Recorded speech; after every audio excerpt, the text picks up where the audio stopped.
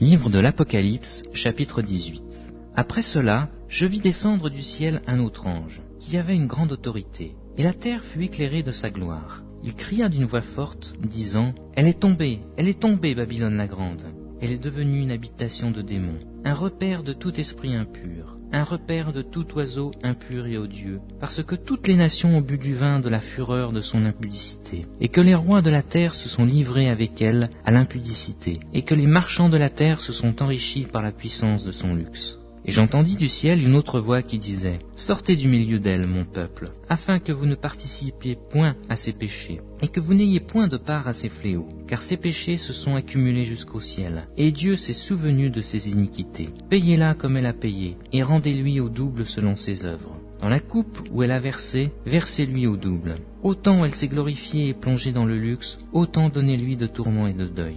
Parce qu'elle dit en son cœur, je suis assise en reine, je ne suis point veuve, et je ne verrai point de deuil. À cause de cela, en un même jour, ces fléaux arriveront, la mort, le deuil et la famine. Et elle sera consumée par le feu, car il est puissant, le Seigneur Dieu qui l'a jugée. Et tous les rois de la terre, qui se sont livrés avec elle à l'impudicité et au luxe, pleureront et se lamenteront à cause d'elle, quand ils verront la fumée de son embrasement. Se tenant éloignés dans la crainte de son tourment, ils diront « Malheur, malheur, la grande ville, Babylone, la ville puissante, en une seule heure est venu ton jugement. » Et les marchands de la terre pleurent et sont dans le deuil à cause d'elle, parce que personne n'achète plus leur cargaison d'or, d'argent, de pierres précieuses, de perles, de fin lin, de pourpre, de soie, d'écarlate, de toute espèce de bois de senteur, de toute espèce d'objet d'ivoire, de toute espèce d'objet en bois très précieux, en airain, en fer et en marbre, de cinnamomone, d'aromates, de parfums, de myrrhe, d'encens, de vin, d'huile, de fine farine, de blé, de bœufs, de brebis, de chevaux, de chars, de corps et d'âmes d'hommes.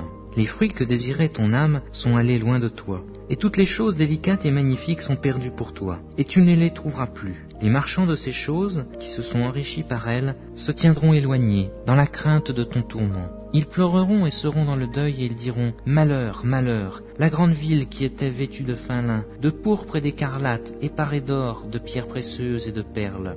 En une seule heure, tant de richesses ont été détruites. » Et tous les pilotes, tous ceux qui naviguent vers ce lieu, les marins et ceux qui exploitent la mer, se tenaient éloignés. Et ils s'écriaient en voyant la fumée de son embrasement. Quelle ville était semblable à la grande ville? Et ils jetaient de la poussière sur leurs têtes. Et ils pleuraient et ils étaient dans le deuil. Et ils criaient et disaient « Malheur, malheur, la grande ville où se sont enrichis par son opulence tous ceux qui ont des navires sur la mer, en une seule heure, elle a été détruite. Ciel, réjouis-toi sur elle. Et vous, les saints, les apôtres et les prophètes, réjouissez-vous aussi, car Dieu vous a fait justice en la jugeant. » Alors un ange puissant prit une pierre semblable à une grande meule, et il la jeta dans la mer, en disant « Ainsi sera précipitée avec violence Babylone, la grande ville, elle ne sera plus trouvée, et l'on n'entendra plus chez toi les sons des joueurs de harpe, des musiciens, des joueurs de flûte et des joueurs de trompette. On ne trouvera plus chez toi aucun artisan d'un métier quelconque.